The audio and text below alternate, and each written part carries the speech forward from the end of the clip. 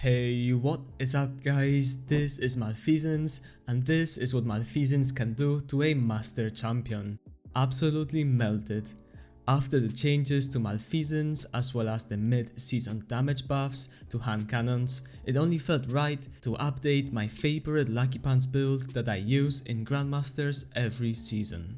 For the past few seasons we have been getting new and updated 180 hand cannons, which as you guys might already know, that's the only fire rate that you should be using with Lucky Pants if you want to maximize its damage. That is why I will also be comparing a wide range of different hand cannons to Malfeasance.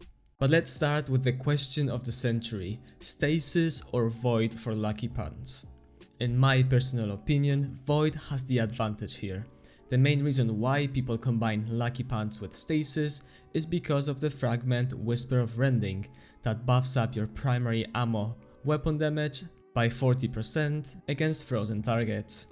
Keyword frozen targets. As you guys know, targets stay frozen until they start taking damage, which means this fragment will only be active for a couple of shots.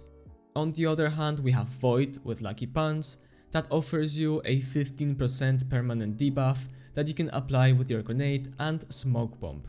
So the question is, damage wise, which one is better? A 40% damage increase that lasts for only a couple of shots, or a 15% debuff that lasts the entire duration? Well, to answer this question, I quickly went into Grasp to face my good old testing buddy.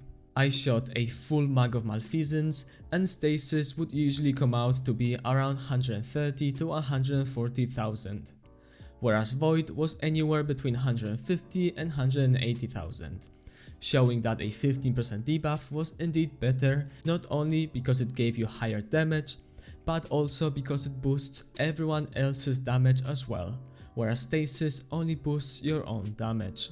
But even putting damage numbers aside, I personally think that invisibility is way too good to give up on, especially in endgame content like Grandmasters. I feel much more confident taking a Void Hunter into such activities.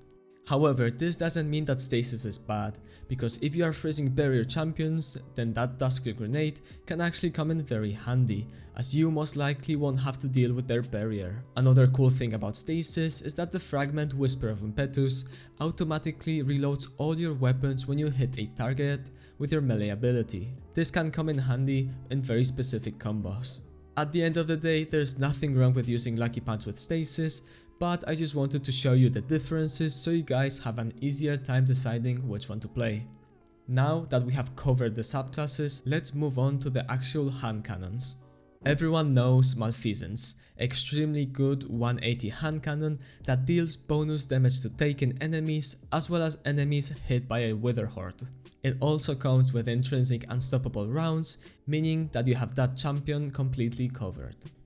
The second most popular option that absolutely shines in lower content because of how quickly it can ramp up Lucky Pants damage is Crimson. This 3 rounds burst hand cannon is amazing at melting down targets as it can kill them much faster than Malfeasance. The problem arises when we are dealing with tougher enemies. That's when Crimson's total damage starts to fall off and you no longer are capable of killing champions with one mag. Next up, we have the 7th Seraph Officer Revolver, which you can obtain from Spire.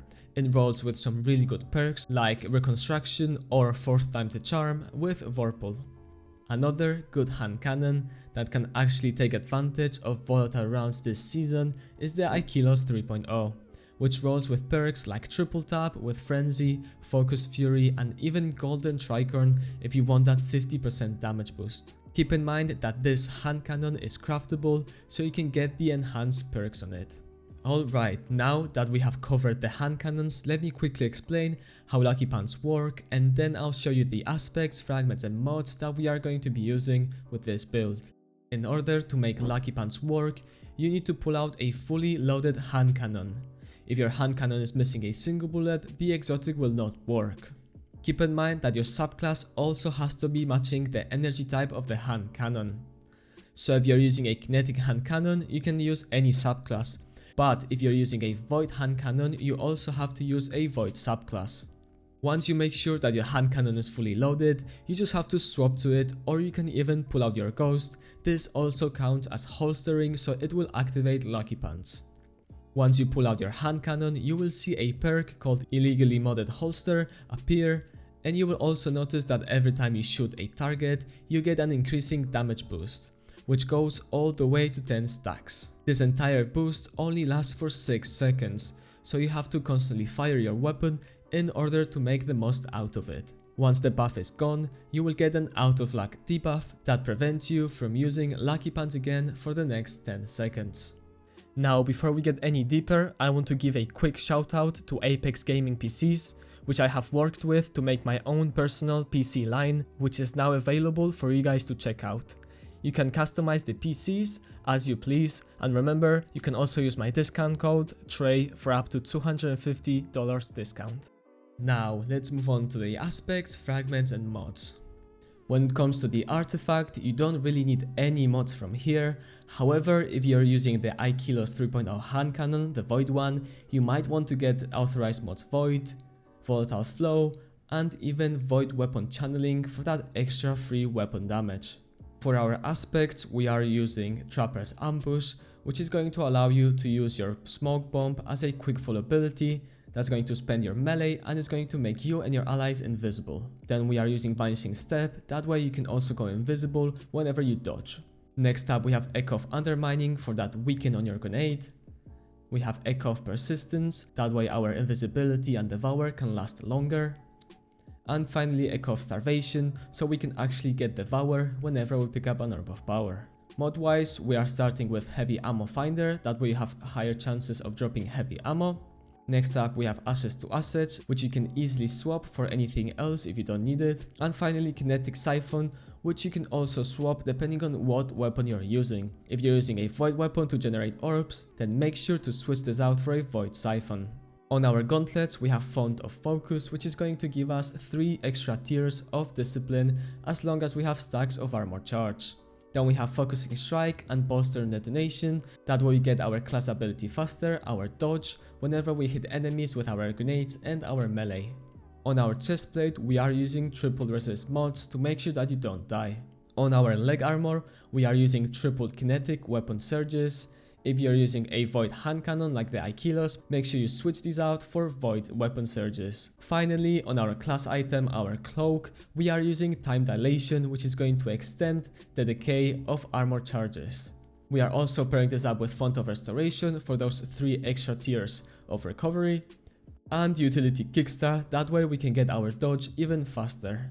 There's many ways you can play this build. For example, you can use the hand cannon as an add clear weapon, or simply use your energy slot weapon as an add clear and then pull out your hand cannon when you see a tougher enemy. Don't be afraid to pick up Orbs of Power, as those will activate Devour, which will heal you and give you grenade energy on every kill that you get. If you have a Starfire Warlock in your team or anyone using Witherhoard, then your Malfeasance will hit even harder because it will count the enemy as a taken. Finally, remember to apply that debuff to any tougher enemies with your grenade or your smoke bomb, that way you and your allies can melt them even faster. And that's all for today's video. If you have enjoyed, make sure to drop a like and subscribe, as it really helps out the channel. Thank you for watching and have a great rest of your day.